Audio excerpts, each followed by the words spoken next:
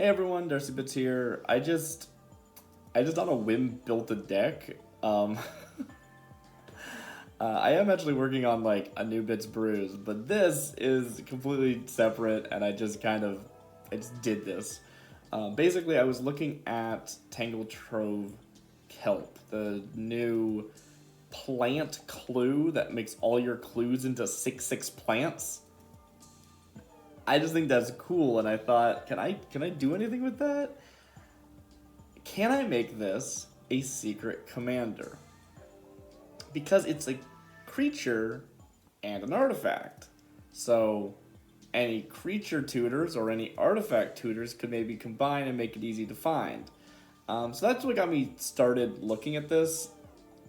And then I remembered Jalira Master Polymorphist exists, which is a card I've been wanting to build forever. So it's a card that lets you sacrifice a creature to reveal cards from your deck until you hit another creature and you replace it. It polymorphs, right?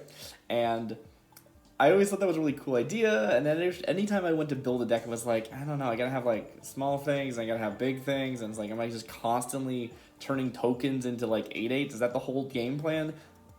It didn't really like spark for me. I thought it was a cool creature, I thought it was a cool character, I wanted to build a deck, but the actual building of it did not excite me. Here, we are using Jalira to have targeted polymorphing. So this is a clue deck, as well as mostly like artifact creatures like Thopters and Servos and stuff like that, where you're just kind of like maintaining a board. You're just trying to like make a board, maintain a board, and then you play a Lyra, you tap a Lyra, and you get a Tangletrove Kelp. Now I didn't give it one creature. I wanted that if you drew the Tangletrove Kelp, you still had something you could do. And there are actually a couple of, if this creature is like dead, like I can like pull them back out of my graveyard. I have a little bit of recursion so that it's not all in, considering it's a secret commander and I can't actually put it back in the command zone. I actually don't mind if I have to hard cast the Tangletrove Kelp. It's expensive, don't get me wrong, but Jalira plus tapping her is already, what, 7 mana? So yeah, I don't mind that so much. But it runs only 6 creatures. They are Drafna, founder of Latinum, and that is important. I forgot about this when I was first describing Jalira. She only finds non-legends. So we can actually have as many legendary creatures in the deck as we want without messing up our tutoring of the Tangletrove, which was actually pretty cool. I completely forgot about that until I just saw this.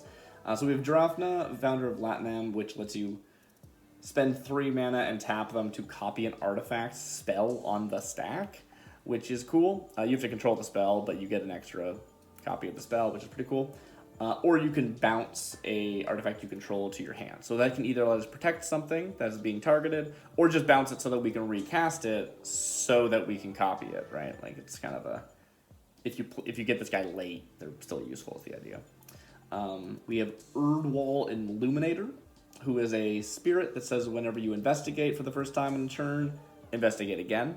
So that is going to help us get more clues, which I think is worth having, even though it's a pretty small hit. Like it's the lowest hit on Jalira, but a good early game creature, and I think it's worth it if you do roll into them, so I wanted to keep it.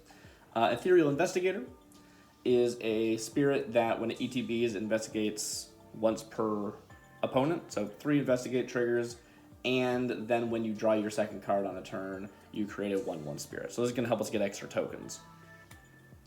There's also Martha Jones, who's a legendary creature. She ETBs makes this clue. Honestly, I don't think it's that big a deal, but I'm kind of amazed how little clue production there is in the game. Like, you want to make it, I see why people don't make a ton of clue decks. Like, it's hard. I'm running basically every blue clue production, and it's thin. It's thin pickings. But ETBs makes a clue, and then you can sacrifice clues to make her unblockable. I don't think it's that great, but it's a body that we're allowed to put in the deck, and it's relevant to our game plan. So she gets in. We have the Tangletrove Kelp itself, and then we have the Wizards of Thay. Wizards of Thay is a weird one. I love Wizards of Thay. It's a great card. Put it in all your blue decks. It's just really good. But it's a 4 mana 3/3 with Myriad, which is just already good.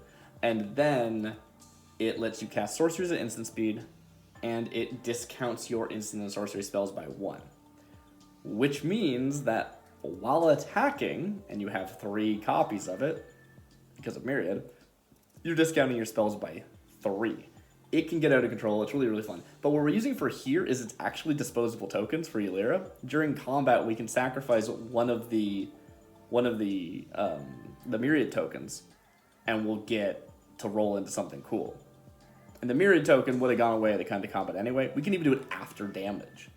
It's still an attacking. It's still the end of combat's not there yet, right? It's like how people used to. I'm sure they still do it, but like during Midnight Hunt, we would see people sacrificing decay tokens after they'd done damage, but before their sacrifice trigger killed themselves. Yeah.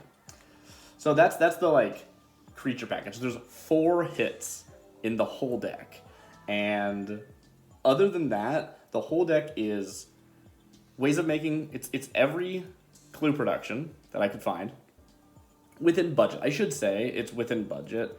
I run all of my decks at a $2 per card budget, or less, obviously. So there might be some really ridiculous ones at high level that I'm not including. So it's clue production. It is some like recurring Thopter production, anything that's like able to recur. I didn't do a ton of things that were one and done. I have a few one and dones, but not a ton. And it is also stuff that cares about artifacts in play. Some of that, not like affinity, but you know, maybe I should, honestly. That might be a good idea. And then it's just stuff to protect Jalira, draw me cards, and ramp. Just like do normal blue things, right? We gotta protect Jalira so she doesn't die. We gotta ramp so that we have enough mana. She's kind of expensive, right? Like 4 mana is not expensive, but 4 mana and then 3 every time you want to use her can certainly add up. And then yeah, just some draw to get you gotta get your draw. Draw's good. A few cantrips too, because there is a card in here that every time you cast an instant or sorcery, you get to investigate. So having some cantrips and having some kind of a decent number of instant sorceries was important. Which is, you know, there's not a ton of instant sorceries. There's what, between instants and sorceries, a total of 21 I'm seeing. Again, this is a deck I whipped together in like an hour. I just like did it on a whim, so it's not perfect, but I'm pretty happy with it. If you were gonna look at the list, I would recommend going over the land options, because I didn't bother doing lands. I just threw in a bunch of basics, and